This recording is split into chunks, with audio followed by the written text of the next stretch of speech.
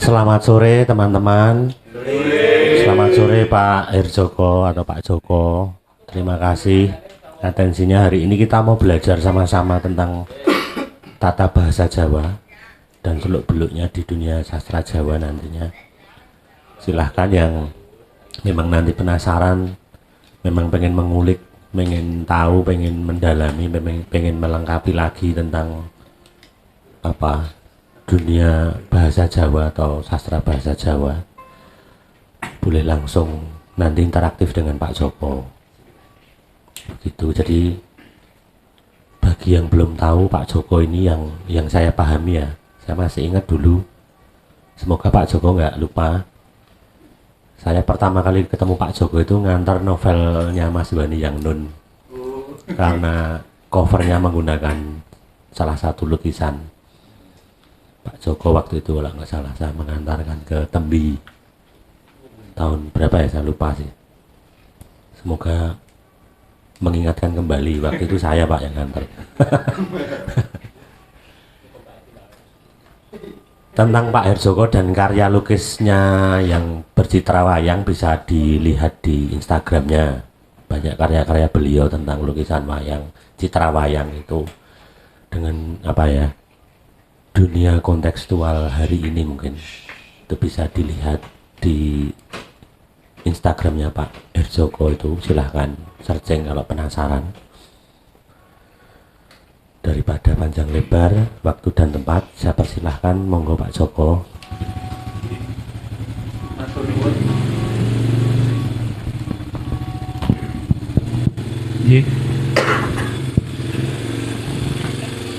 Matur nuwun. Terima kasih atas kesempatan ini bisa ngumpul bareng, sharing bersama tentang Basa Jawa. Mungkin sebelumnya kita bisa saling men-sharingkan Basa Jawa itu, apakah dari teman-teman yang hadir di sini masih menggunakan sehari-hari dalam kehidupan berumah tangga dengan keluarga, atau masih menggunakan Basa Jawa, atau sudah tidak menggunakan Basa Jawa? Masih setengah-setengah. Karena pengalaman saya kan kontraktor, tadi ngontrak dari desa ke desa. Ketika saya waktu itu di Kembaran tuh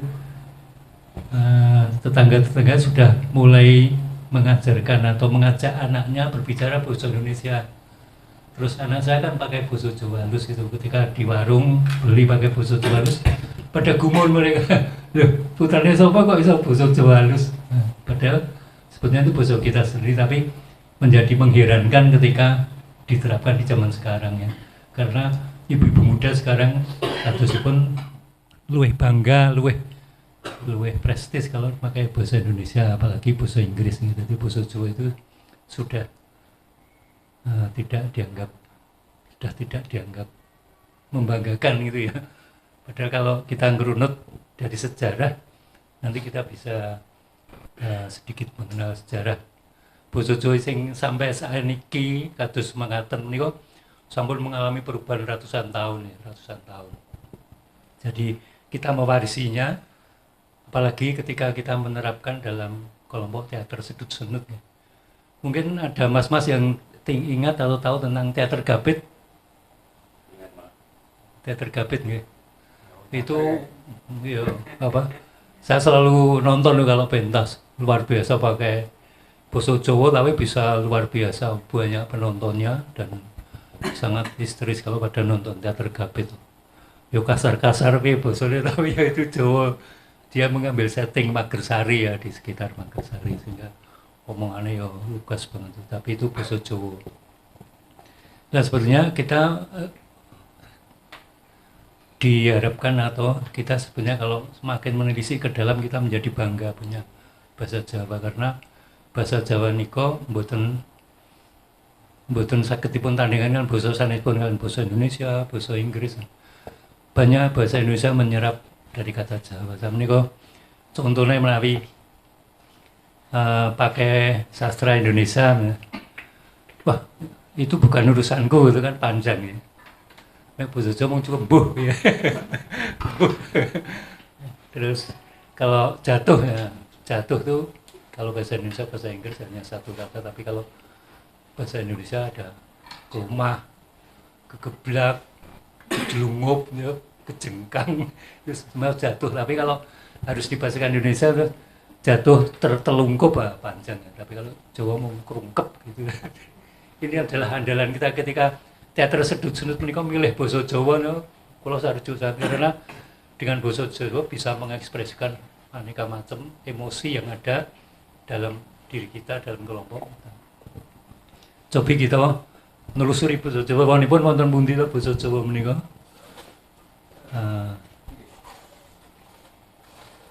Nggih. Basa Jawa berasal saking basa Austronesia nggih. Basa-basa yang digunakan oleh berbagai bangsa di kepulauan selatan timur benua Asia. Setelah dipengaruhi oleh bahasa Sanskerta, bahasa India, menjadi bahasa Kawi atau basa Jawa kuno. Kemudian menjadi bahasa Jawa pertengahan dan sekarang Jawa baru. Jadi ada, kalau diperiodisasi itu ada satu kesusahan zaman Hindu Buddha mulai abad ke-7. Menika sampun minum basa Jawa ini pun kuno. Lah menika cobi saged dipun presani wonten ngandhapipun ya Mas.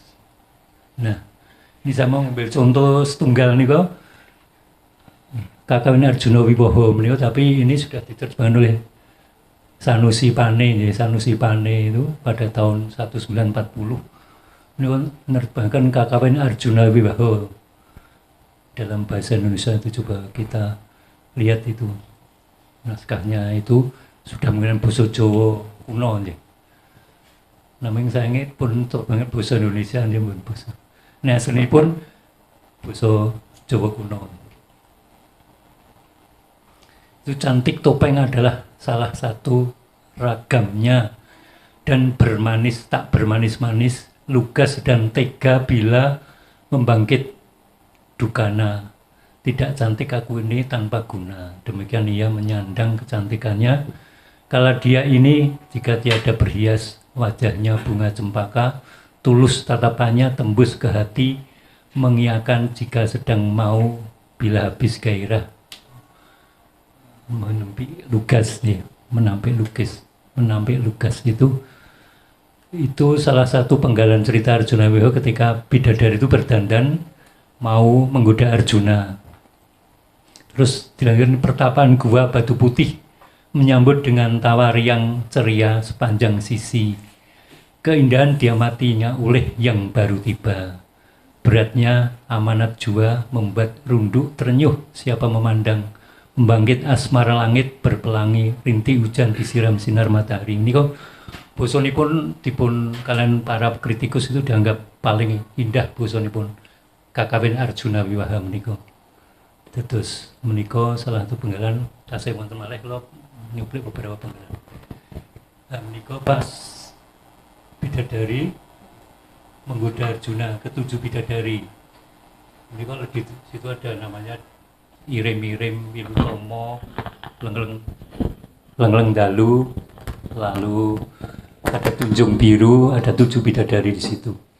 Yang lain pun tak habis akal, menyergap dari belakang, mendesah, menindih sepenuh hasrat, meraba, menjamah, mendesah-desah, digosok-gosokkan payudara hangat, harum berlulur kunyit.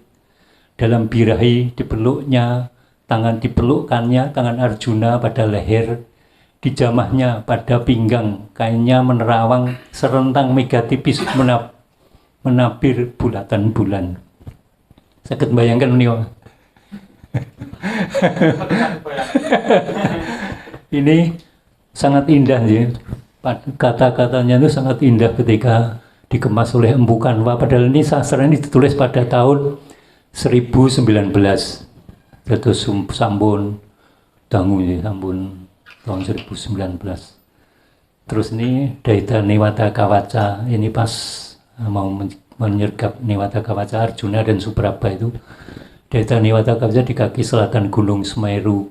Bentengnya ada maksudnya memporak-porandakan kediaman Badara Indra. Karunia kesaktian telah diperoleh, takkan binasa ya oleh dewa, yaksa maupun asura. Hanya saja jika ada manusia sakti, kau mesti waspada. Demikian padanya berujar Bathara. Kalut kemelut sekedap bersih surga luka, tak putus merembuk perkara begini gentingnya ini. Ketika Newata Kawaca tidak bisa dikalahkan oleh dewa, oleh yaksa atau oleh asura, tapi dia bisa kalah oleh seorang kesatria, maka Arjuna itu yang mengalahkan.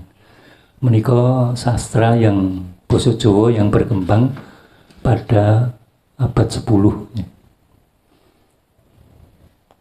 Menika mungkin sekian dulu, mau interaktif dulu, monggo. Karena di situ ada wadat ya, kakawin itu arti maknanya itu kakawin. Kakawin itu kawi, dari kawi. Oh, kawi. Artinya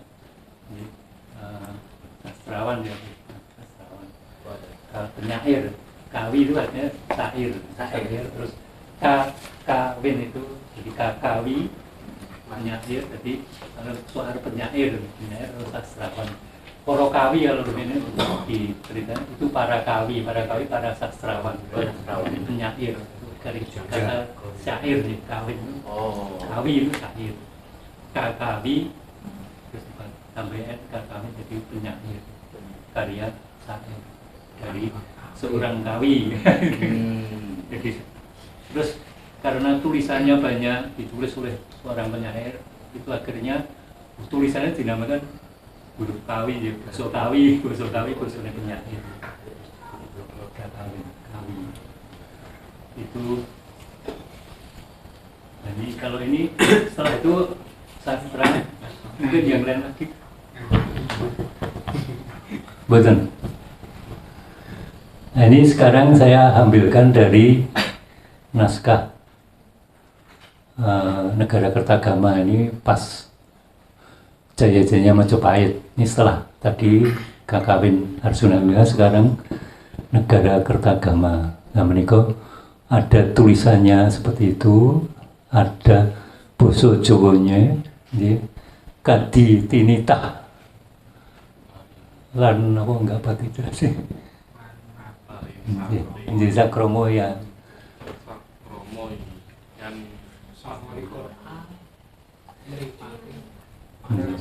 Panjang soho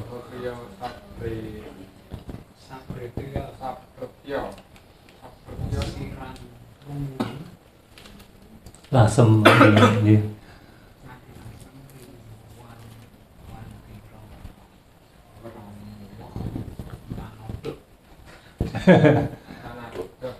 Monggo sih mau maos itu basa Jawa kuno ya, pada zaman Majapahit itu. Ini kisah perjalanan Raja Hayam Wuruk. Saya ngambilkan beberapa potong, nanti bisa digambarkan atau diekspresikan dalam bentuk apa ya, drama atau apa. Ini kirap atau arah-arahan raja nih. Seperti telah diatur perjalanan baginda raja beriring-iringan, yang terdepan baginda Raja Pajang dengan permaisuri serta pengiring. Baginda Raja Lasem di belakangnya berjarak tidak jauh, terlalu jauh. Kereta-kereta baginda semua indah, menyenangkan hati penonton. Nah, menika ketika Hayam Wuruk itu selalu melakukan kirap keliling menuju desa-desa, terus menyapa rakyatnya. Itu yang nulis Empu Prapanca. Empu Prapanca nulis Negara Kertagama, salah satunya ini.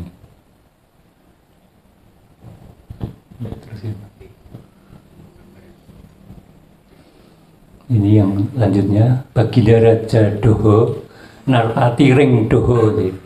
Baginda Raja Doho Narpati Ring Wengker, dan Raja Wengker berada di belakangnya. Baginda Rani Jiwana bersama suaminya, jadi ada Raja Putri waktu itu, Baginda Rani. Ini kan raja-raja ada 9 bagian ya, kerajaan Majapahit ada 9 bagian, negara bagian seperti Amerika Serikat sekarang itu. Dulu ada 9 negara bagian. dari Mojopahit, ada Wengker, ada Lasem, ada Doho, ya, ada 9 bersama suaminya. Di belakang serta pengiring Baginda Raja Majapahit yang terakhir, keretanya sangat indah dengan kelompok besar, beribu-ribu pasukan bersenjata lengkap dan para menteri mengiringi. Nah ini, jadi ketika arah-arah itu yang paling megah, yang paling belakang Baginda Raja Majapahit itu Hayam Wuruk itu yang diceritakan.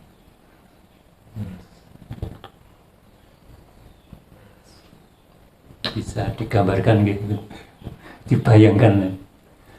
Jadi setelah itu kita teruskan, tersebutlah bahwa orang-orang di tepi jalan penuh sesak bagai pagar betis, rapat merapat berjejal menunggu Baginda Raja melintas. Para gadis, para wanita keluar dari pintu gemuruh berebutan, ada yang terlepas selendangnya karena lari sangat cepat. Ini gambaran-gambaran dari kirab Prabu Hayam Wuruk. Mas.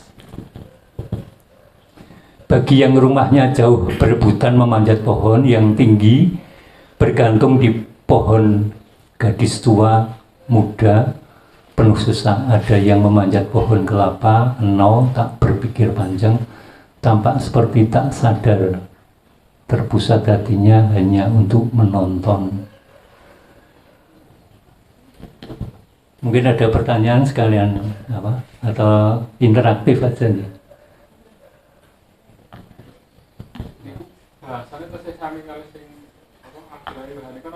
Nggih, rada geser sithik nggih, tapi yang dipakai tetap Jawa kuno sami. Ikana gerehanya marebut kanyu kawaruhur, itu bahasa Jawa kuno seperti itu. Itu artinya bagi yang rumahnya jauh ikana. Nggih, ikana toh. Bagi yang rumahnya jauh, gerehanya jauh, marebut jauh, marebut kanyu karuhur, ruhur itu dhuwur nih, manjat pohon yang tinggi.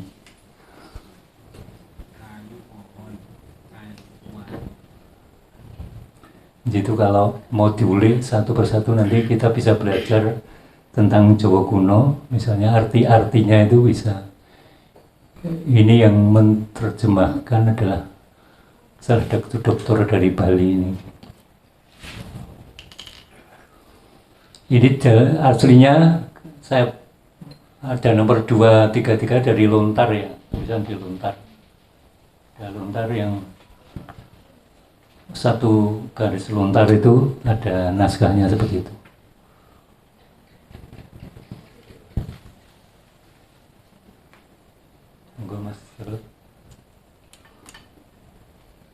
Ketika Baginda Raja datang, gemuruh suara trompet, keong, dan genderang ya. Semua orang yang berada di tepi jalan berjongkok, menunduk, memberi penghormatan.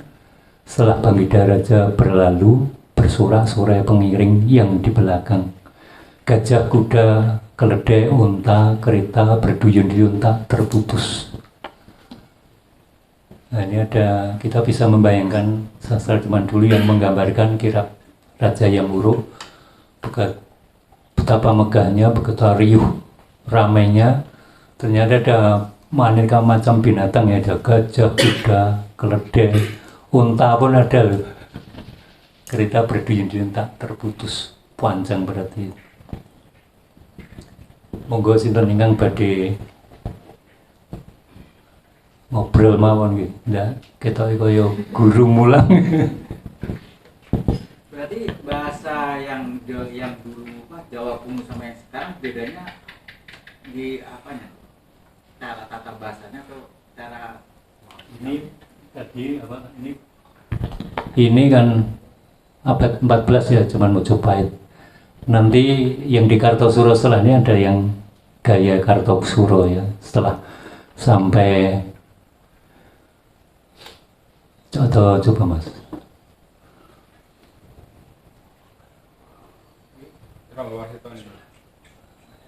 sing setelah ini nah, itu tadi yang Ki Ageng Selo.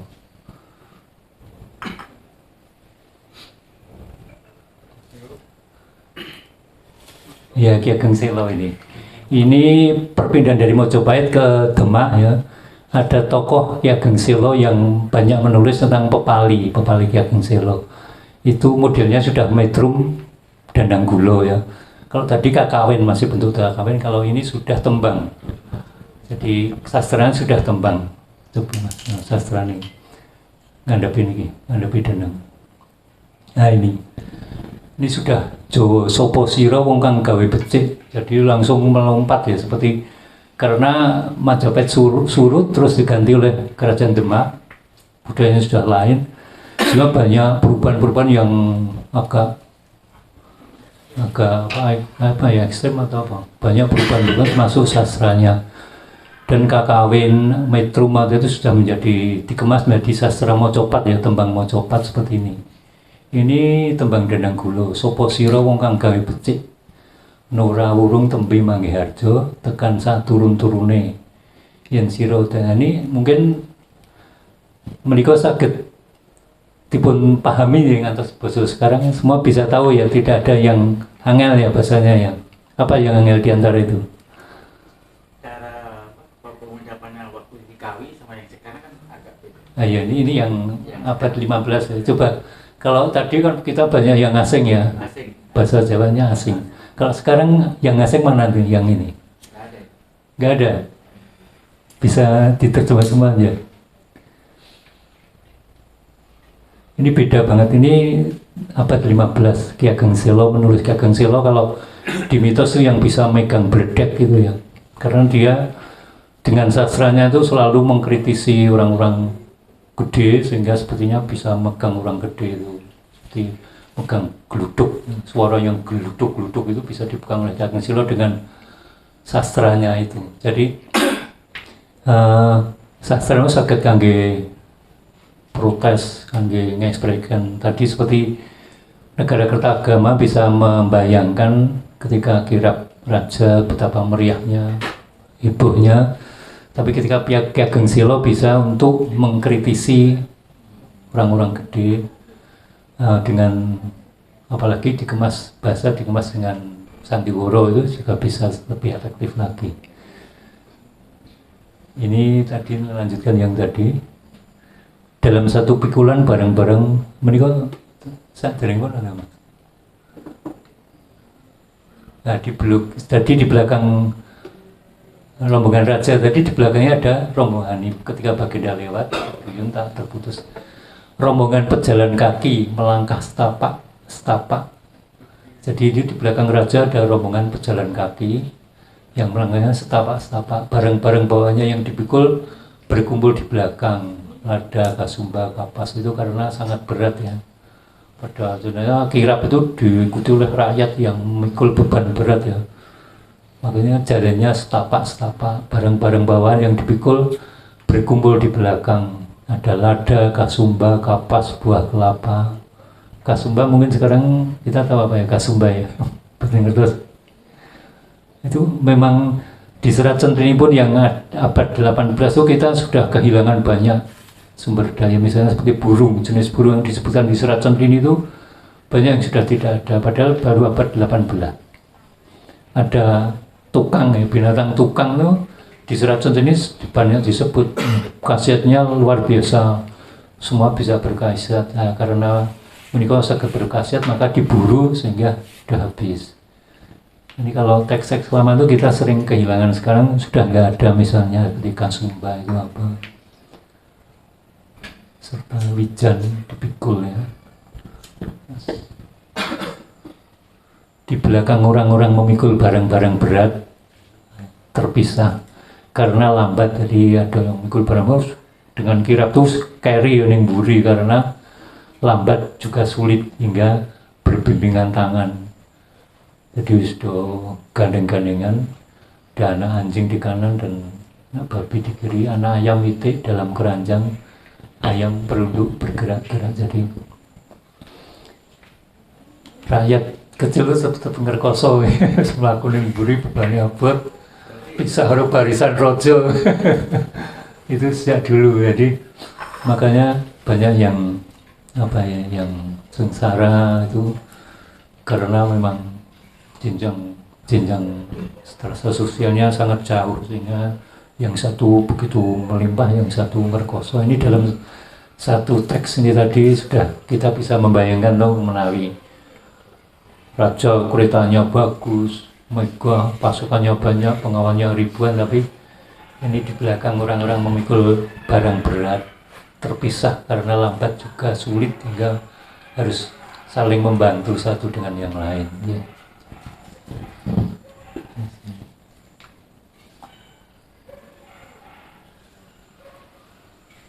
Menyebutkan yang dipikul apa. Ini sudah sampai di sini, tempayan, tulang, periuk, itu kan gerabah ya, mungkin gerabah berat itu ya. Ini kirap selesai, terus setelah ini mengisahkan raja sudah di keraton lagi. Terus dilanjutkan dengan itu Gandang Gulo Ki Ageng Silo tadi. Monggo Mas, nanti sebelum dilanjutkan diskusi dulu, monggo. Berarti kalau merunut secara periode karena abad yang berbeda begitu, waktu itu karya sastra berarti pun ada terpengaruh kondisi zaman begitu Pak. Misalnya kalau yang awal-awal tadi kan masih bicara soal apa ya, pemandangan kerajaan, sementara ketika Selo sudah mungkin bicara sedikit politis begitu. Maka zaman punya pengaruh, kemudian lahir karya sastra yang bisa dilihat dari isi kontennya sudah lain begitu. Jadi kalau pada abad-abad 7 periode pertama sampai 14 itu kan kebanyakan masih berkutat pada cerita-cerita Ramayana, Mahabharata, jadi masih itu kuban-kuban itu terus. Makanya ada beberapa versi Ramayana Mahabharata dari Empu Sedah Mupanulu, itu kan masih pujangga-pujangga masih terfokus pada karya-karya sastra yang adiluhung, yang luar biasa dari India ya, seperti Mahabharata kan stil-stil Resi Vyasa, dan oleh Walmiki yang Ramayana itu sangat menginspirasi ya pujangga-pujangga itu. Nah, mungkin karena waktu zaman Majapahit digambarkan sangat makmur ya, jadi orang itu orang itu seperti terhipnotis ya oleh kebesaran Raja Bedadi dari Kirap. Tapi di Negara Kertagama yang di buku ini juga ini ada dialog antara binatang ya. Binatang itu diceritakan di situ, ada nasihat filosofi ya. Binatang itu terkepung oleh Hayam Wuruk ketika keluar berburu, binatang itu terkepung. Terus binatang itu pada dialog gimana nanti kalau kita dari binatang dialog, kalau kita kepanah raja terus kita mati, enggak apa-apa, kita kan berkorban untuk raja, kita kalau mati di tangan raja kita langsung naik surga ya, gitu. Itu binatang-binatang pada ngomong gitu di kitab Arjuna. Jadi betapa sangat dihormati raja itu seperti Tuhan ya, wakil Tuhan. Jadi itu terucap. Iya, itu dialog ditulis di Negara Kertagama itu. Ini tadi kan bagian itu ditulis. Terus setelah lanjutannya ada yang melanjutkan bahwa dialog singa dibagikan oleh singa dan hutan, negara dan rakyat itu singa dan hutan. Kalau hutannya rusak, singanya pasti sakit atau bahkan pergi, tidak menunggu di hutan lagi. Kalau hutan tidak ada singanya, artinya musuh bisa langsung menyerbu hutan itu tidak tanpa perlawanan gitu. Jadi seperti itu, ada dialog-dialog yang binatang. Jadi bahwa raja itu memang diunggulkan dan sangat didewa-dewakan, seperti ketika lewat pada jongkok menghormati. Tapi setelah periode selanjutnya mulai abad 15, apalagi ketika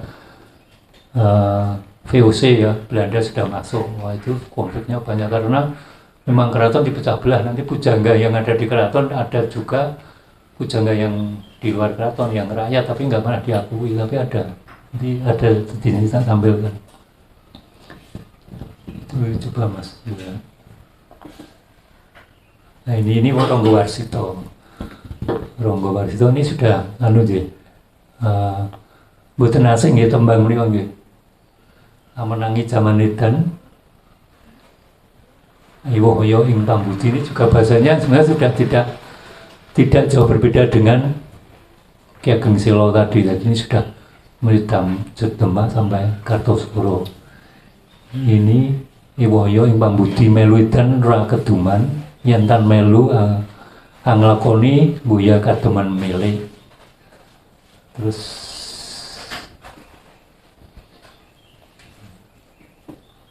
kaliren wekasanipun dilalah karsane ngalah bejo-bejo ingkang lali luwih bejo kang eling lan waspada. Ini kan hidup di zaman gila, pikiran menjadi serba repot, ikut gila tidak sampai hati, namun apabila tidak ikut gerakan zaman tentu tidak akan mendapatkan harta, akhirnya mati kelaparan.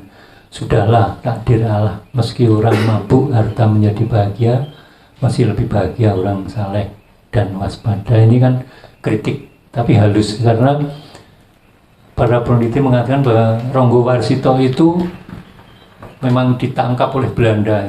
Artinya bahwa peneliti-peneliti Belanda itu menjadikan Ronggo Warsito sebagai narasumber. Jadi ketika dia banyak karya sastra menjadi narasumber orang Belanda, bahkan diberi dana untuk membuat karya sastra itu, sehingga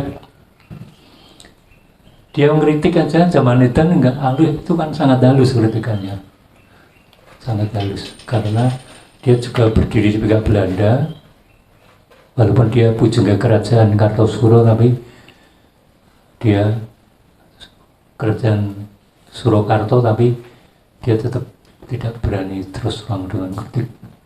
Dan ini lain dengan kritik rakyat ini yang di bawah ini, yang Sastro Wiguno ini dumatan wong iku sami akeh wisayang budi wiku nirsantosanipun. Ya, akeh budi wiku, jadi rojo tan ajrih salah, jadi rojo malah nir ruhur ing aji, malah nir hilang, ruhur itu keluhuran, di ratune sudah kelihatan keluhuran. Terus punggawane tan ajrih podo amapan, pandito kasio-sio kalingan angkara budi lan murka anasapi, drengki tur gumunggung agung. Itu sangat keras tuh kritiknya. Jadi mulai ketika masuknya penjajah seperti tadi, jadi karya sastra sudah mengekspresikan kemarahannya, ketidakpuasannya, tidak lagi mengekspresikan merespon cerita-cerita masa lalu. Tapi Ronggo Warsito itu masih mengubah cerita Ramayana, itu juga Paramayoga itu, terus itu kisah Mahabharata juga Ronggo Warsito, mungkin karena dibiayai Belanda itu, jadi masih seperti itu. Monggo ada yang lain.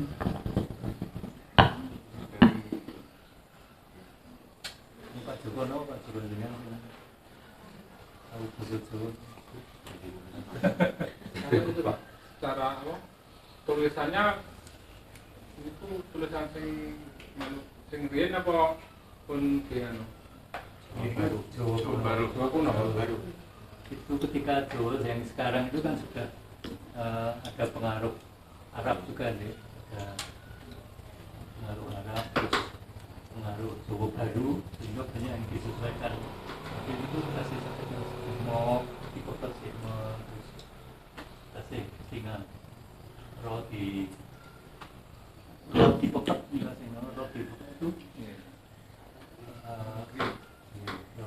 itu kan sudah diistimewakan ya, tidak sekarang. Jadi ngolelet jadi re, sekarang jadi ngolelet cerak, waktu jadi keras. Jadi sudah ada yang dilihat bahwa yang terhadap kan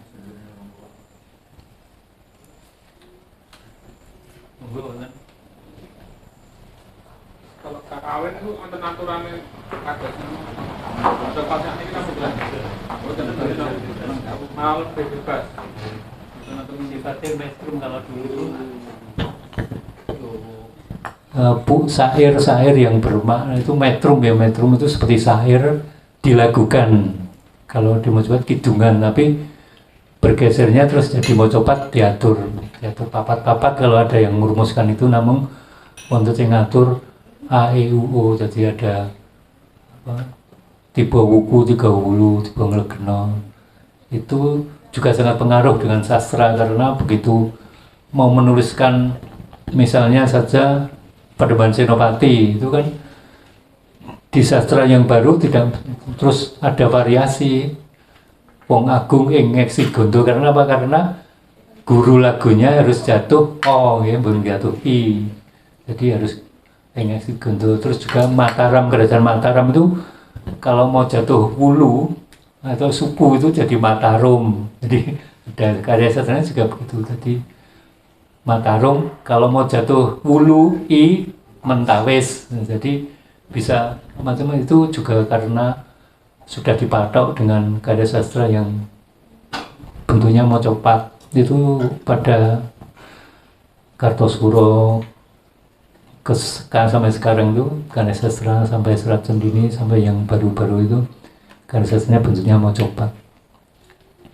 Tapi yang seperti sastra panutup seperti kitab Centini itu banyak yang mengatakan bahwa itu adalah ensiklopedia Jawa lengkap, itu kan ada 12 jilid dan itu semua mocopat, ada beberapa tembang gede seperti Juru Temung, dan tapi yang lain tembang mocopat itu 12 jilid itu komplit, ada kawruh.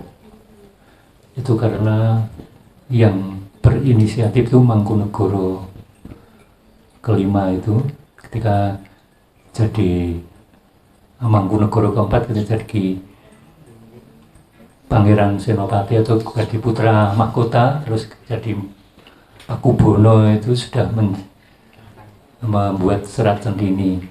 Itu Serat Centini itu mengumpulkan dari para ahli dan juga mendudah pusaka lama yang namanya Suluk Tambang Raras, dikemas menjadi Serat Centini. Serat Centini ada kawruh tentang mendirikan rumah, kawruh tentang macam-macam ya, ensiklopedia Jawa di situ. Itu sastranya mau coba, dan di situ sudah banyak itu tadi yang harus, karena harus guru lagunya harus I, harus U, harus O itu, sehingga bagaimana caranya, tapi itu bagus banget itu. Serat Centini itu sastranya paling baru, paling akhir itu, tapi paling bagus. Sampai dari Perancis tuh menerjemahkan Serat Centini jadi bahasa Perancis, ternyata di sana bisa sejajar dengan masterpiece karya sastrawan Perancis ya, Serat Centini. Terus dari Galang Pers itu malah menerjemahkan yang sudah di bahasa Perancis ke bahasa Indonesia. Ya. Dulu kan masalah pendidikan kan dijaga. Kurang begitu. Tapi sastrawan Jawa sudah ada semua. Ya, sastrawan ada setiap ini Banjar siap. Ya. Ya. Ya, sastrawan Jawa ya. Itu hampir tiap pegudukuan mungkin ada ya. Kalau dulu kan modelnya Banjar-Banjar, atau itu misalnya ada satu tokoh pasti ada itu.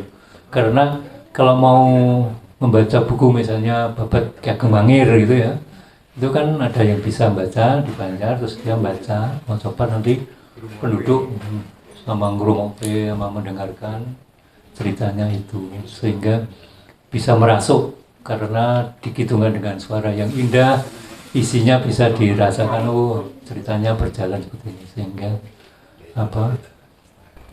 bisa merasuk itu cerita-cerita itu. Mungkin ini warisan yang sangat berharga gitu. Jadi tembang itu sebetulnya ketika sastra dibacakan dengan tembang itu kita otaknya seimbang antara otak kiri otak kanan.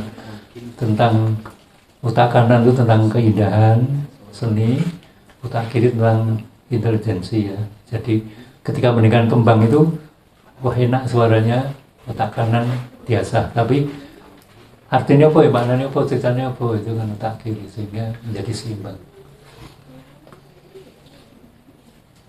Jadi kalau sastrawan dulu itu mungkin ya sekarang ya, dulu itu cerdas-cerdas karena tahu ngerti saat durungnya winara. Tahu kan pendidikan kan dulu zaman dulu loh Pak. Kita berbicara masalah zaman dulu. Jadi pendidikan kan kurang. Tapi kecerdasan intelektualnya itu malah lebih yang iya, karena itu tadi diasah otaknya kanan dan kiri. Dan kalau mau mempelajari itu ya seperti cangkriman lewat tembang itu kan sebenarnya juga mengasah otak kanan otak kiri. Jadi anak yang selalu dicangkrimi oleh bapaknya tuh, dengan tembang itu pasti anaknya cerdas karena dia mendengarnya tembang sama bedanya apa ya. Bapak pucung itu gunung ya tuh, sabamu yang gendang bencana lambung kiring, terus mikir tuh ngrungokke tembang sing enak tapi juga mikir apa ya bedanya itu. Jadi kalau memang orang dulu yang menggeluti dan senang dengan sastra pasti orang-orang yang cerdas. Tapi juga tidak banyak yang belajar sastra yang tekun, itu hanya mungkin oleh orang tuanya tidak dididik, itu hanya tidak yang sawah dan sebagainya, tidak kerja sehingga tidak mengerti sastra itu. Tapi sebetulnya itu sungguh mengasah otak kiri dan otak kanan.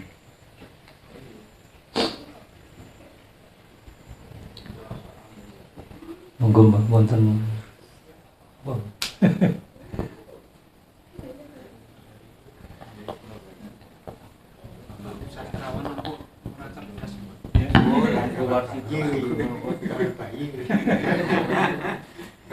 sastrawan ya. Saya bawa surat Sendini. Ini pun di surat Sendini ini setiap mau ganti tembang ya itu tidak langsung, tapi ada sasmito, ada apa sandi ya pasti. Misalnya mau ganti kepupuh mijil, ini baris terakhir.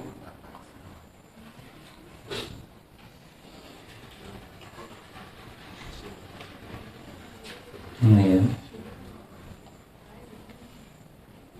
Mau ke Pangkur nih misalnya, ini mau ke Pangkur, ini baris terakhir, ini bunyinya begini, nyuwun G susuto serat lenggah kalihipun ngungkuraken Kyai Reco.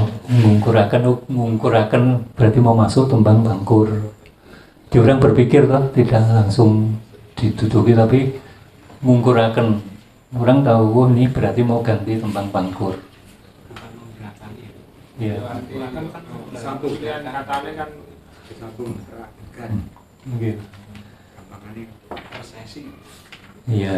Seperti kalau dalang tuh mau apa gending gitu ya, enggak langsung gendingnya tapi dengan sasmito. Nanti ke yang dulu tahu, kalau ke sekarang ya udah bingung ini tadi apa nih. Ini. Halaman dulu.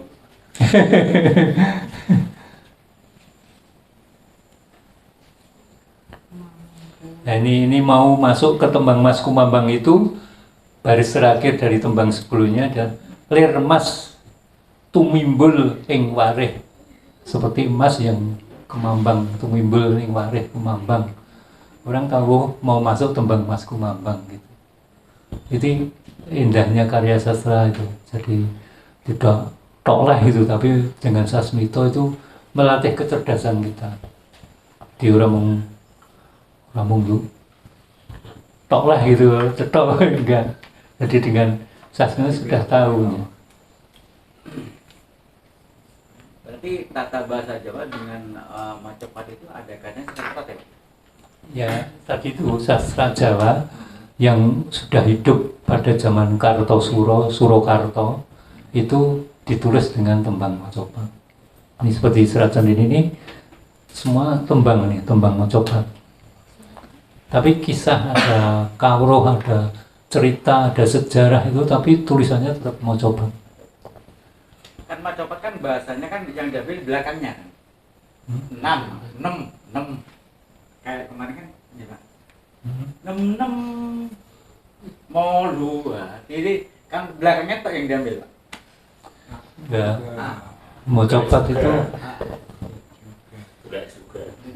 ini kalau ini pocong, tembang pocong ya. Pocong itu yang biasanya paling sederhana, tembang paling sederhana karena hanya itu untuk cangkriman anak-anak dulu. Bapak pocong tutu gunung, sabamu ing sendang bencoane misalnya seperti itu.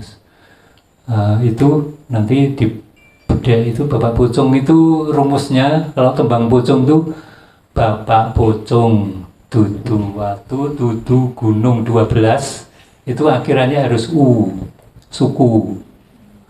Sabamu ing sendang itu harus sabamu ing sendang. Jadi gotro kedua hanya 6 suku kata harus ngelegeno tuh. Terus nanti yang keempat bencoane lambung kering harus wulu, nanti yang terakhir lagi. Jadi itu rumus suku katanya dihitung harus itu, akhirannya harus itu, guru lagu, guru wilangan ya. Terus gotro berapa gotro itu, jadi berapa baris. Kalau pocong itu, ini pocong itu hanya 4 baris. Terus yang 4 baris itu A, I, A. Itu 12, 6, 12. Aslinya itu apa pocong tapi diganti dengan kata-kata lain itu boleh sama. Boleh. Ini di sini tembang pocong tapi tentang cerita. Jadi bisa. Cuma nadanya aja harus gitu Pak. Iya, tapi juga pocong tidak ada pocong dengklung, ada pocong macam-macam jenis lagunya, ada macam tidak satu tembang pocong lagunya begitu, tapi ada Dandang Gulo juga macam-macam, ada Dandang Gulo, Pasiban, Dandang Gulo, banyak. Ini semua sastra Macopat, tapi sastranya sama, hanya tembangnya nanti mungkin beda. Misalnya pocong ya itu harus rumusnya seperti itu, nggak boleh tidak. Berarti ngambil dari tata bahasa Jawa langsung masuk ke Macopat ya? Jadi bahasa Jawa itu ditulis dengan Macopat itu karena yang terjadi pada zaman Kartosuro abad ke-18 ke sini itu semua itu tembang Macopat. Kalaupun tidak pakai aturan tembang Macopat bisa juga keguritan, itu bebas. Sastra Jawa ditulis Jawa bebas tanpa aturan. Tapi kalau Macopat harus aturannya. Baris yang paling banyak Dandang Gula itu 10 baris. Itu Dandang Gula apa harus 10 baris, kalau tidak 10 baris bukan Dandang Gula. Kalau Sinom harus 9 baris. Itu barisnya saja, nanti bisa ditelisik lagi gotro pertama, baris pertama berapa suku kata, akhirannya apa. Itu. Jadi tembang Macopat itu sudah ada aturannya, ada 11 jenis ya Mas Angger mungkin sudah menjelaskan. Ada dari Sinom itu semua beda-beda. Berarti kan tidak lepas dari tata bahasa Jawa ya Pak? Ya bahasanya Jawa. Dikuasai baru kita ke Macopat ya?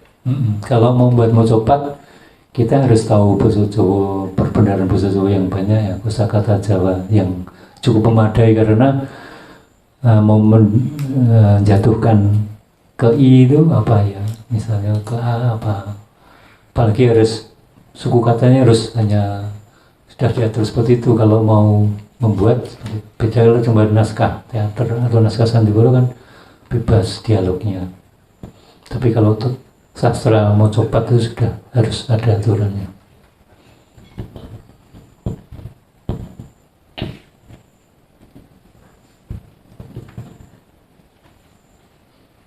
Perbedaannya apa Pak? Tadi kan dari Ronggo Warsito sama yang Ki Ageng Selo kan ada kata-katanya kan hampir tadi kan ada yang agak sama. Cuma kan di Ronggo Warsito itu kan katanya tadi informasinya kan dibiayai oleh Belanda, sedangkan yang Ki Ageng Selo enggak. Kalau perbedaannya mungkin karya sastranya ya, mungkin seperti kalau Sebutsun itu mau mengasahkan naskah apa itu tujuannya, atau mungkin naskah ini tujuannya ini atau ini. Kalau Ki Ageng Selo itu yang bisa ambil contoh itu Pepali larangan. Kalau Ronggo Warsito itu yang serat banyak karyanya Ronggo Warsito banyak ya. Ada Kolotito itu tentang zaman Edan, zaman yang sebelah Edan. Terus nanti banyak foto, tadi hanya satu foto satu bait ya. Banyak yang mengisahkan bahwa negara sudah kacau banget. Itu untuk mengkritik.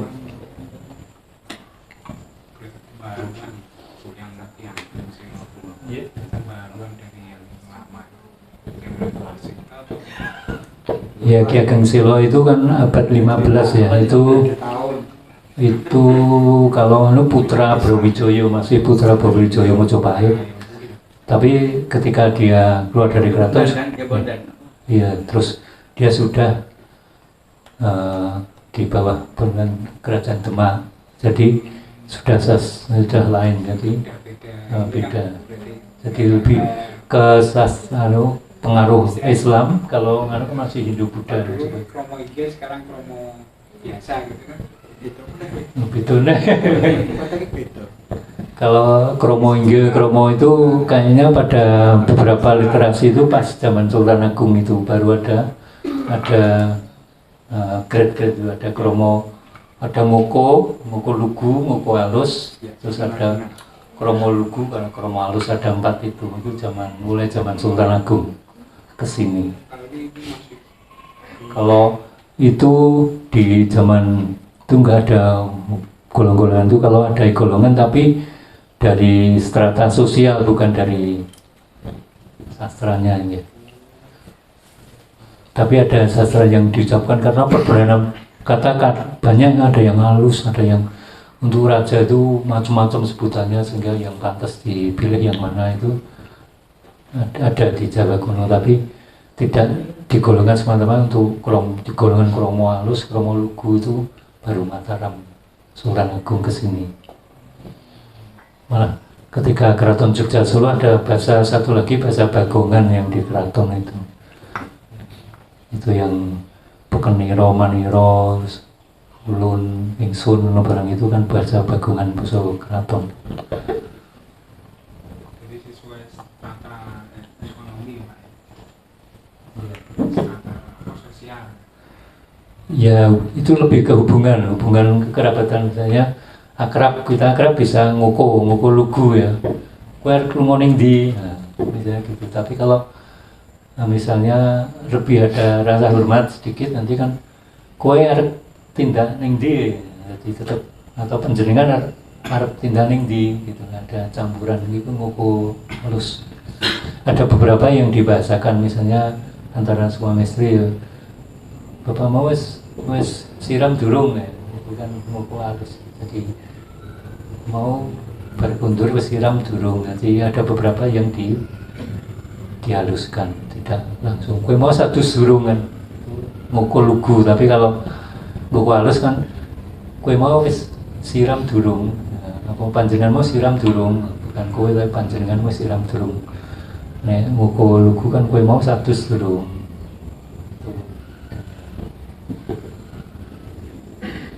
Mungkin kalau dengan teman-teman yang sepadan mungkin ngoko lugu. Kalau kita juga nggak enak kalau ngoko lugu, agak rasa hormat sedikit, terus ada yang di ngoko halus. Misalnya tuh, kue mas madang durung, madang kan kok rata tegal ini madang, mas dar durung. Walaupun juga dicampur basa ngoko gitu, itu ngoko Buku halus.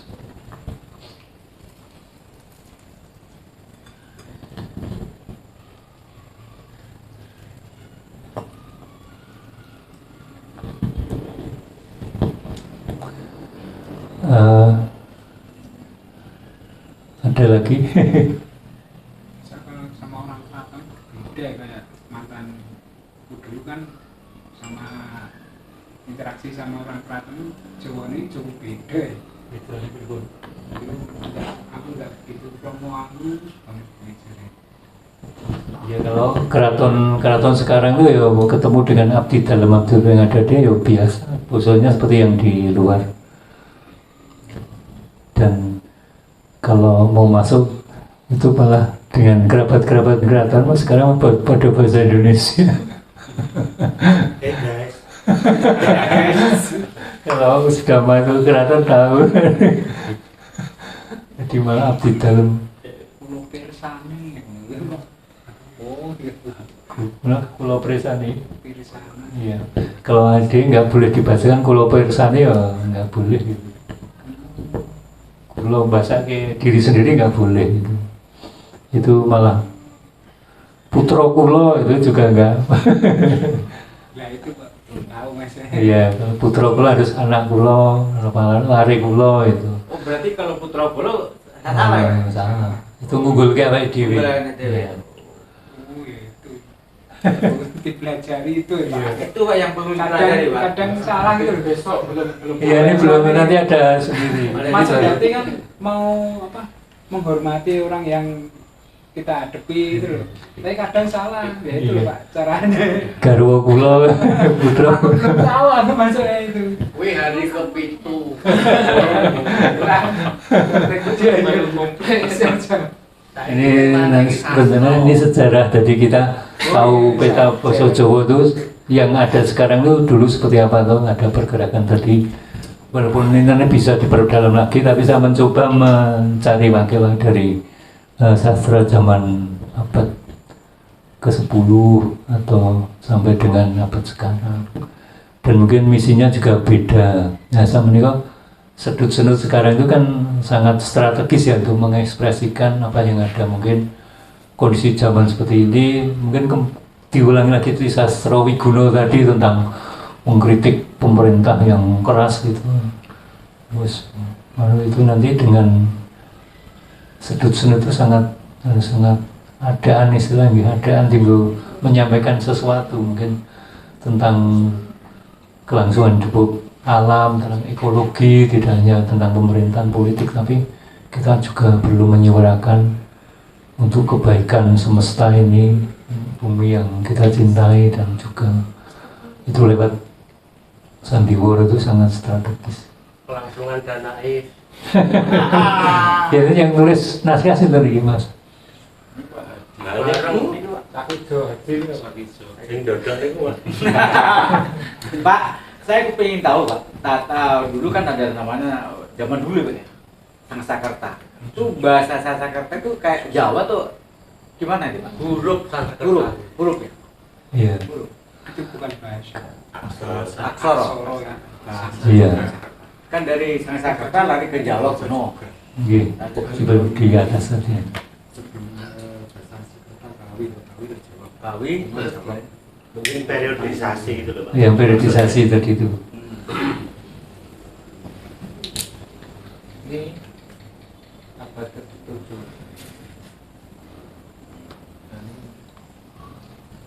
Iya. Itu kan dulu aksoronya dari Sangsakerta itu dari India dulu. Tadi huruf Brahmi itu. Brahmi huruf Brahmi itu nanti dari dia terus masuk Indonesia jadi Sangsakerta. Sangsakerta nanti untuk menulis Jawa kuno itu. Ya, terus Kalau maksudnya yang Sangsakerta itu nggak gimana Mas nulis hurufnya Bahasa yang dua Mas, yang dua. Nah itu kalau itu termasuk Nusantara yang kemudian disebut dengan aksara Pallawa. terus berkembang dan aksara Kawi. Aksara berkembang menjadi daerah Nusantara. Bahasa Kawi dan bahasa Jawa kuno untuk tak. Oke.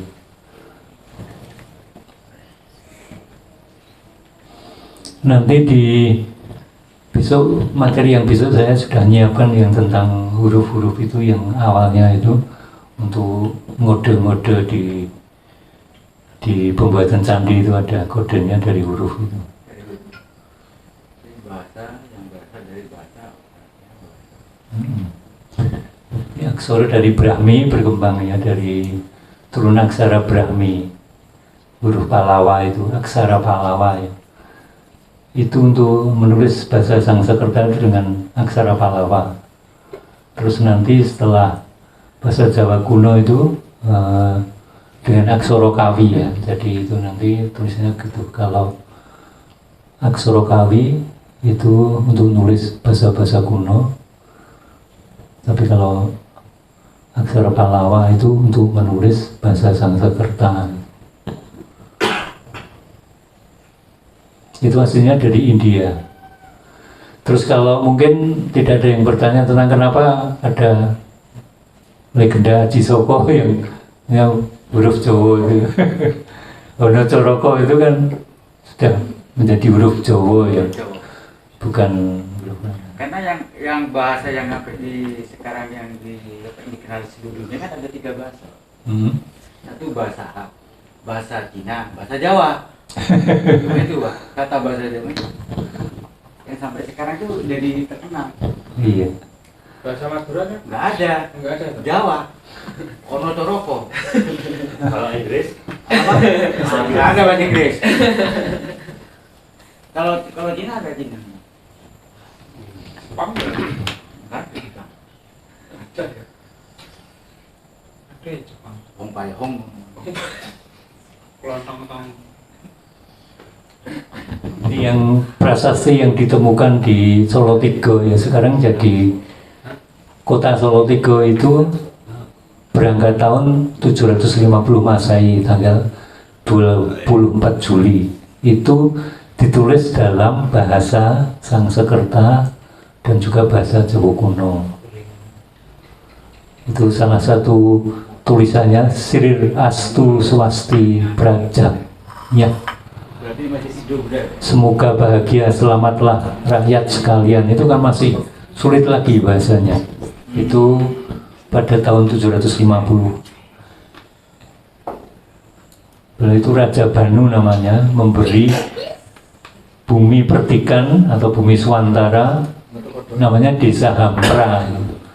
Sekarang jadi Karesidenan Solotigo itu dulu. Kalau Solotigo ulang tahun berarti sudah tua sekali karena meraju pada prasasti itu. Sekarang masih terjaga baik tuh prasastinya Pelumpungan itu. Itu paling, kalau dari prasasti Sukabumi aja tahun 800 berapa, ini berarti paling tua ini. Ini sudah menggunakan aksara itu bahasa Sangsekerta dan bahasa Jawa kuno. Pelumpungan itu.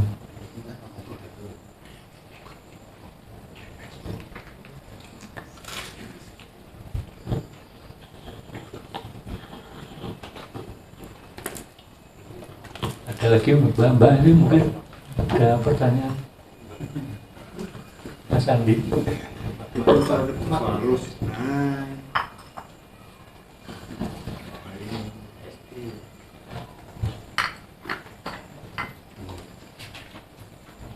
Kalau ini sastra baru ya.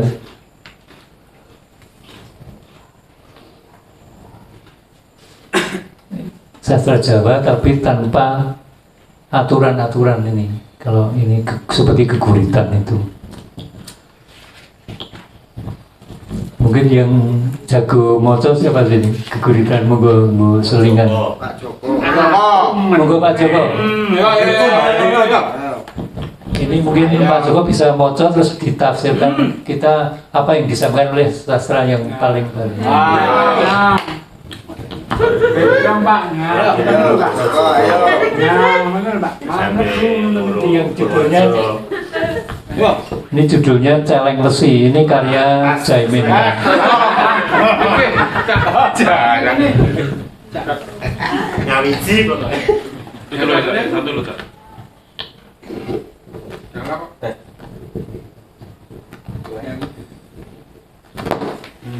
Kaleng Mesir. Tengah wae Pak Joko. Ketok. Tengah wae. Tampil kan tak belum.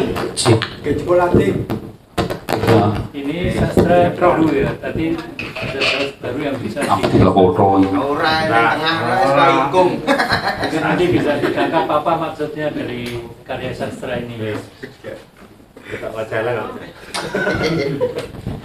Jara, ojo ah. Ini ada benang merah dengan karya sastra Wigono kelihatan. Di Seraya Kutha kang nedya ngelar jajahan celeng besi mantuk anyagui nundung sawah nyingkirake pategalan celeng besi bekos ngetok karosan kekirik ngipatke rasa sungkan ngedruk malumpat nuli nyeronggot ngiwa nyeronggot nengen nyeronggot sabarang kang malang ledok mekokong gumuk meguguk sinarung dadi bleduk ginarung warata padha celeng besi tandane iwut gegirisi sukmane mamang murka apa iki Ora nambah-nambahi lho. Ora nambahi lho. Tak karo kowe iki. Ora ono apa iki kok. Pak Joko apa lho Pak? Urusan Apa lho? sukmane mamang murka angang srupi angin gumeter wit-wit pari anglumpruk mati jangkrik kaget jenggirat mencolot kaya juru silat beranjangan kekejer munyer anjerit wadul langit atine mingit-mingit matane menteleng celeng besi serem anggereng he tanpa guna adol welas gelem ora gelem kowe kudu sumingkir kene arep dipacak ginawe peni ditatani loji-loji tinretes lampu merkusi merkuri Piye kok merkuri? Sik Thomas aku iki dredeg tenan iki beranjangan lan jangkrik ngapurancang atine dadi cilik merumangsani yen dadi kawula cilik. Terus di bahasa Indonesia kan? Di artinya Mateng aku jangan. Ini tugasnya Pak Harjoko ya. Apa ya anak pentas ono? pentas Mas Joko Glodak. diwiwiti nganggo foto guritan. Ada yang bisa menangkap maknanya ini? Pak Joko ya. Sing Padahal kaisang. Lainnya. Belum bisa tersampaikan ya pesan yang ada di sini. Belum. Belum coba ya. Mungkin ada yang bisa baca lagi. Oh Pak. Wah, niki. Oh, mangko ya. Wah. Jos ya. Jos. Menika Iringnya kedah kursi kera Pak. sudah sakit menyampaikan deh Pak Nopo. Gendari kan. Kira-kira Mbak. Gendari kan? Mbak, kira nih Mbak. Waduh kaget iki kena balesan iki kok. Mbak, Mbak. Cekeli. Ya. Cekeli, ya tak. Yuk, ayo. Tangan. Siap.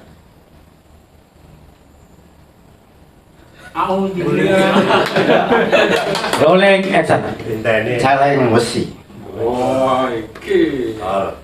di Seraya Kutha kang nedya nggelar jajahan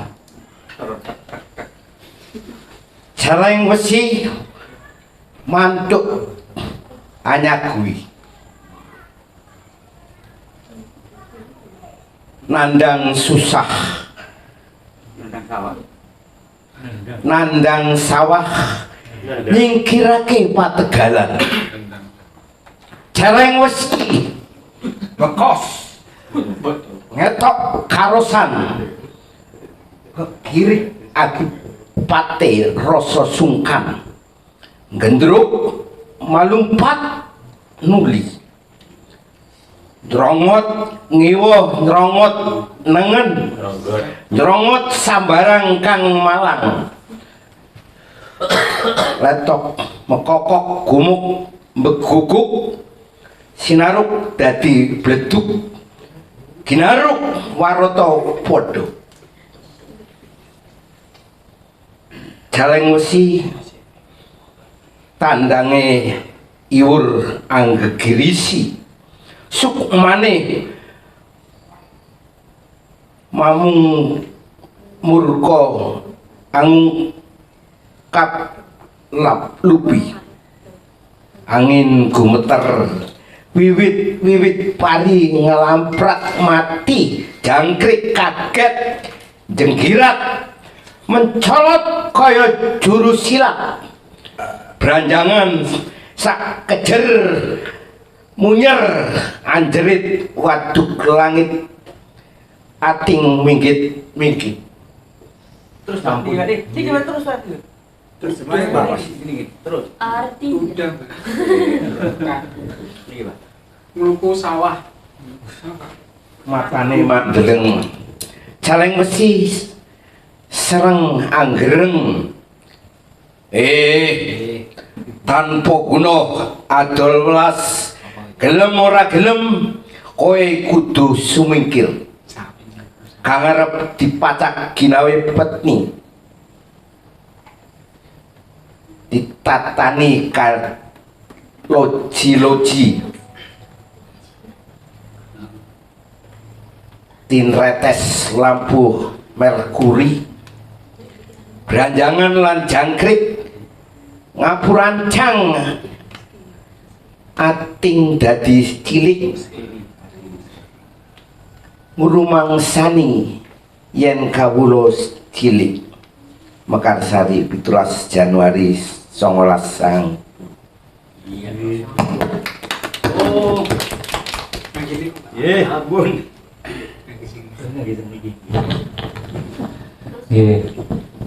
Bisa menangkap maksudnya? Penggusuran Pak. Kembung Soeharto. Ya tapi memang dalam menyampaikan menika kedah mocon pun ya bener, mungkin intonasinya juga biar pesannya bisa tersampaikan. Itu memang tugas dari sekut senuknya. Setiap naskah bisa dipahami oleh pemainnya, bisa menyampaikan dengan baik. Ini ketika saya dulu waktu ikut membantu produksi sinetron Menur Budak Wangi itu, sutradaranya Mas Jun Sabtu Hadi itu katanya membaca ini paling bagus ini kan, Celeng Besi dari satu buku Sitar Gading ini.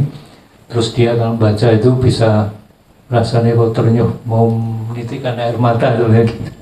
Bagaimana tidak berdaya seorang rakyat kecil itu seperti Satrio Wigono tadi ini. Celeng Besi angkong.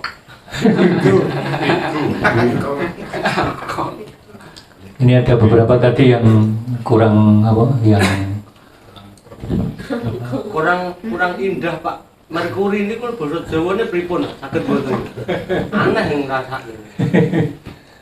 Tapi ini sangat komunikatif ya kegusan. Cuman istilah Merkuri ini nek di Jawa Merkuri. Merkuri kan basa Jawa. Lampu, nggih. Lampu Merkuri.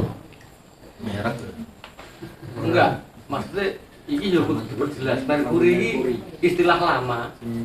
Istilah Jawa lama kan serapan. Ya, bahasa serapan.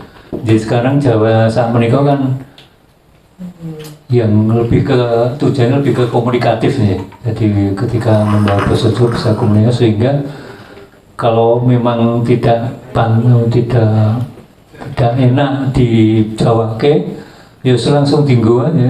Coba terus banyak tuh kan kata-kata seperti misalnya lampu Merkuri nih di Jawa lampu sing soroteng kuning. Kuning kan. Kan bisa, tapi kan akhirnya enggak. Ngono tok. Tapi kan lebih komunikatif lampu Merkuri ini, lampu sing soroteng kuning. Jadi mungkin sorot kuning bisa juga tidak hanya lampu Merkuri. Jadi apa? Nendang. Ini kan di Seroyo Kutha kang nedya ngelar jajahan. Celeng mesti mantuk anyagui. Ini kan bahasanya komunikatif sekali nih. Celeng mesti bekos ngetok karusan, kekirik wis. Kalau mau kekirik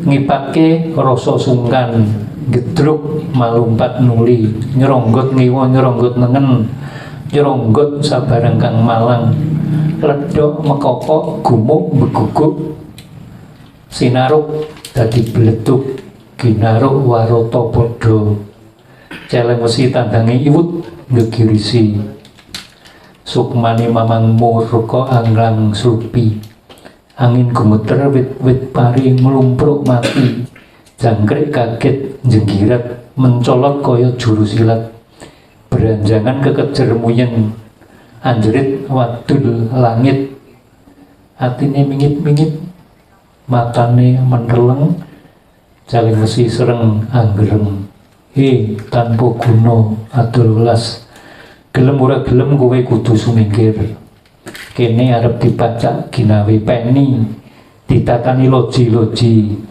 tinretes lampu merkuri, beranjangan lan jangkrik ngapurancang, atine dadi cilik, ngurmangsani yen kawula cilik, jadi mau digusur untuk perumahannya. Dan ini ceritanya kan rakyat cilik seraiso mikir iya seraiso bonggo. belum ora gelem. Monggo asli wonten sampai jam berapa ini?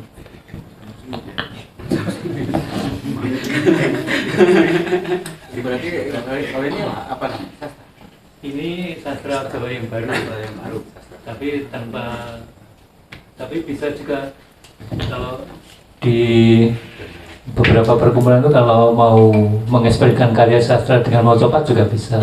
Kalau saya lihat dari bahasanya kan itu Pak, ada kata-kata yang memang bahasa kan, kalau bahasa Jawa kan ada 4 tata bahasa Pak. Dari bahasa Prominggil, terus bahasa sampai ke bahasa tidak kasar. Itu kan menyangkut semua bahasa itu kalau dilihat di kata. Iya, kalau ini menyampaikan ini ngoko, bahasa ngoko, pakai ngoko. Tapi bisa untuk 4 bahasa kan Pak? 4 Kalau ini membuatnya dengan bahasa ngoko, bahasa ngoko. ngoko lugu ini. Tidak satu pun ada yang ngoko halus juga tidak ada. Semua ngoko lugu ini. Kromo, apalagi kromo inggil nggak ada ya. Pakai lebih komunikatif dengan ngoko ya. Mungkin nggak ada nih yang kromo mana, nggak ada. Lebih enak. Mungkin di Sedut-Sunut juga ngoko ya bahasanya gitu. Ngoko karo brangasan. Ngoko inggil. Ini PR-nya besok hari terakhir harus bikin guritan itu. Guritan apa? Ini Puisi Jawa. Bisa. Bisa. Ini keprihatinan seorang Jaimin ya, Jaimin itu sehari-hari hanya bengkel sepeda nih, tukang bengkel sepeda, tapi karyanya bagus-bagus. Prihatin bahwa itu dekat rumah, dekat kampungnya ada digusur dulu perumahan-perumahan dia. Dia keprihatinan dia membuat karya sastra. Berarti kan sebuah sastra itu akan ke ada apa ditulis karena sudah kejadian kan Pak? Bisa juga. Ah itu benar, wah. Kalau belum kejadian namanya ramalan. Atau respon atas kejadian atau Berespon sebuah kejadian. Makanya hukum kan dibuat karena ada pelanggaran kan? Ada apa Pak? tapi juga bisa dibuat sebuah harapan bisa. Oh harapan. Buat karya sastra untuk sebuah harapan juga bisa. Berarti berandai-andai Pak? Ya. Berandai-andai. Iya. Bisa ya? Bisa. Harus umur ya. Sebenarnya Pak, ini Pak, yang pinter melukis ini nah. Rodok Pak Joko juga pinter loh. Pak Joko mau nanya, kalau saya pernah baca itu, jadi kumpulan kayak antologi, ada Keturitang, ada cerkat, di judul depannya itu kan sastra Jawa mutakhir. Nah, itu pengertiannya gimana Pak? Ketika menggunakan kata mutakhir, kalau itu kaitannya dengan periode penggunaan kaidah bahasa atau sastranya itu, kok muncul istilah mutakhir itu apa? Kontemporer, barang ada bahasa kontemporer Jawa Baru. Itu kan bahasa baru sekarang, Jawa Baru ya. Jawa Baru ekspresinya mau dibawa kemana-mana, apalagi anak muda. Anak muda kan pengennya menyentuh ya, hal baru-baru. Bahasa Jawa mutakhir mungkin dianggap kalau namanya kontemporer lah. Bahasa dondong duwe. Ya, banyak istilah-istilah yang langsung diserap oleh bahasa Jawa, misalnya seperti PHP apa itu kan ya jadi bahasa Jawa PHP terus itu kan mungkin yang intinya komunikatif. Mungkin anak milenial sekarang kalau yang masih pakai bahasa Jawa tapi mesti bahasa Jawa juga yang penting komunikatif. Seperti kalau kesenian wayangnya Seno itu sudah komunikatif, dia sudah tidak canggung-canggung lagi atau entus dengan bahasa Indonesia masuk dengan kaidah-kaidah yang zaman sekarang. Itu yang penting komunikatif, pakliran itu. Yang diterima oleh Yang sering muncul itu anu Pak, lian itu. Kata lian itu kan Lian sebenarnya Jawa kan. Iya. Sekarang banyak digunakan di apa ya, bahasa Indonesia, kaidah bahasa Indonesia. Iya. Banyak bahasa Indonesia yang bahasa Jawa yang diserap ke bahasa Indonesia banyak. Satu punya Setiap tahun ada berapa bahasa Jawa. bahasa itu ya. Karena kosakata bahasa Jawa paling kaya. Kalau di sastra-sastra yang sering kita dengar di sastra pedalangan pun ada dosonomo, itu kan kekayaan kosakata Jawa. Jadi nama itu tidak hanya satu, pasti kita paling enggak 10 lah itu nama. Jadi mungkin untuk mengatakan makan itu enggak hanya satu, bisa lebih dari dahar, mangan, kemplok.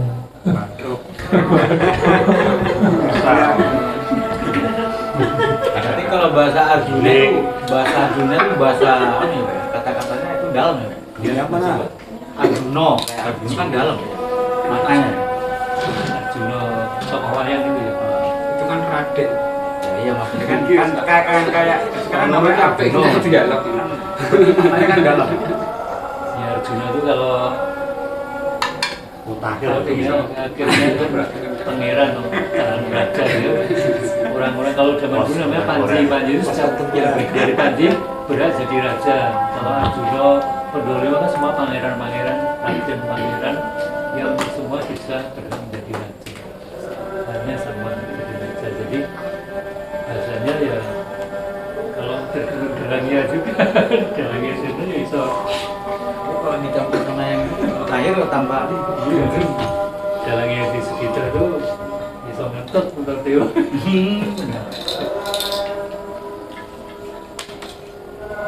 ya. Masih itu cukup.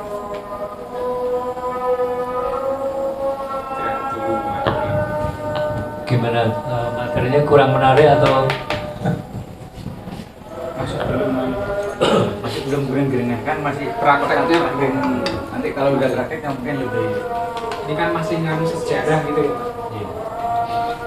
Jadi tadi jelas bahasa Jawa nanti kalau kita mau praktek tentang bahasa Jawa ya yang sekarang ya bahasa Jawa yang sekarang. Dan mungkin kita mau kembali kita pulang ke sana kita ingin menyampaikan pesan komunitas hidup Jawa kan ingin menyampaikan sebuah pesan pada masyarakat harus komunikatif itu. Misalnya itu jadi yang nanti bahasa yang dipakai harus komunikatif. Bisa itu kontemporer, bisa mutakhir, bisa Jawa modern, boleh, tapi yang penting komunikasi.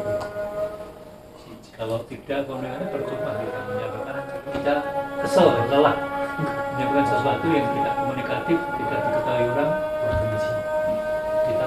dari prosesnya panjang tapi ternyata tidak bisa diterima. Nah, yang saya gambarkan tadi hanya sebagai pengetahuan saja, tidak digunakan. Tapi mungkin satu dua untuk bahan ide, mungkin kembalinya bisa. Tapi kalau untuk sebuah naskah,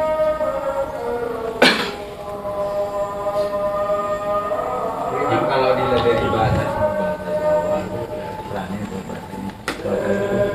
Kaya berarti Jawa. Aku mau lihat dari itu sejarah saya baru ini banyak. Kaya berarti. Selatan, timur, masih.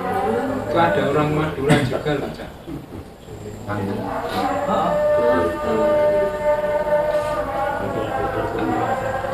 Kan saya senang masak nasi, bukan masak nasi, belajar bahasa Jawa itu senang. Karena kan satu bahasa itu kalau nggak dipelajari kan kita tidak tahu asal usul. Dari asal usulnya itu kita harus tahu.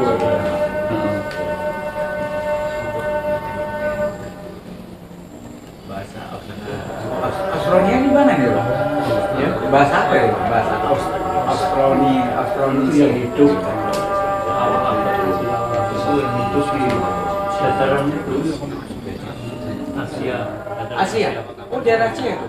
Ya, Asia Timur. Asia Timur. Berarti kayak Filipina.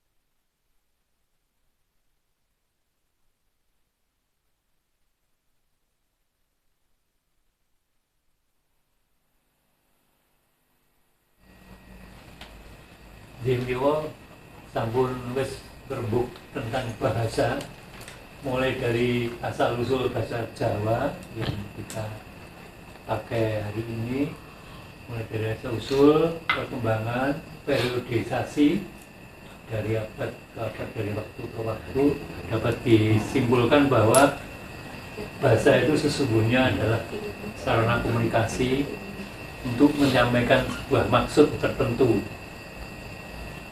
Dalam menyampaikan maksud tertentu, satu hal yang perlu digarisbawahi yaitu komunikatif. Tadi yang kita simak dari zaman Erlangga, zaman Mojopahit, zaman Demak, zaman Kartosuro, Surakarta itu komunikatif di zamannya.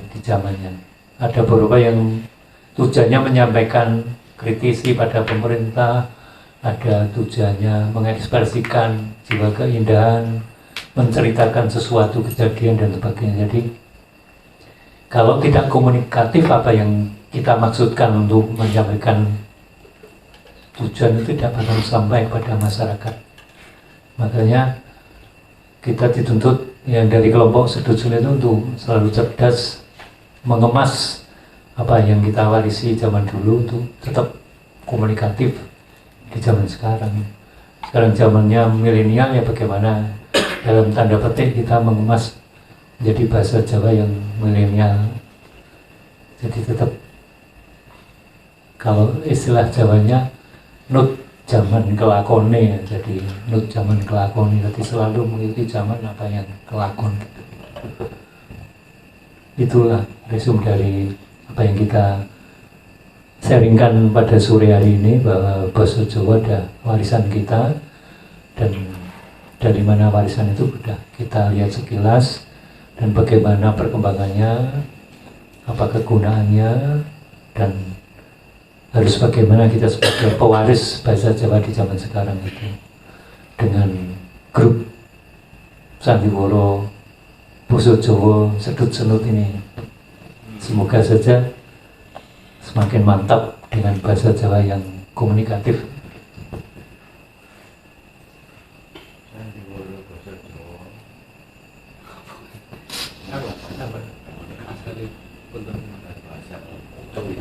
Mas Eliandra jadi pilihan.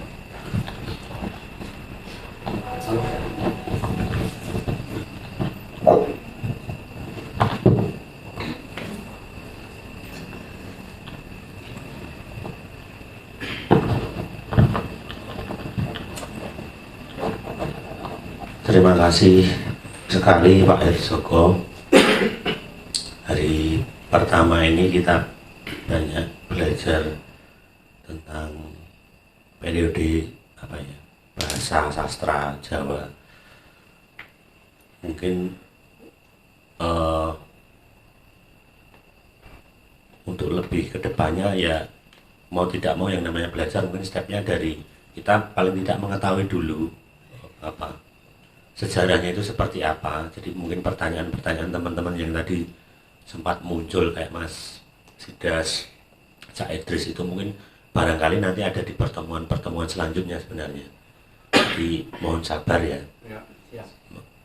Kalau mengikuti pertemuan full pasti nanti akan mendapatkan semuanya, itu pasti. Seperti Mbah Mirko juga.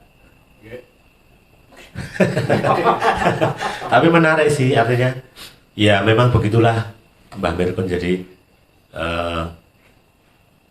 kalau tadi sempat bertanya Sedut Senut seperti apa, ya saya menerangkan sedikit, tidak banyak, tapi paling tidak mungkin selama ini beliau atau Mbah Mirko ini kan mengikuti kami dari beberapa pentas itu kan masih belum ngeh, karena background beliau memang dulunya dari teater Gajah Mada.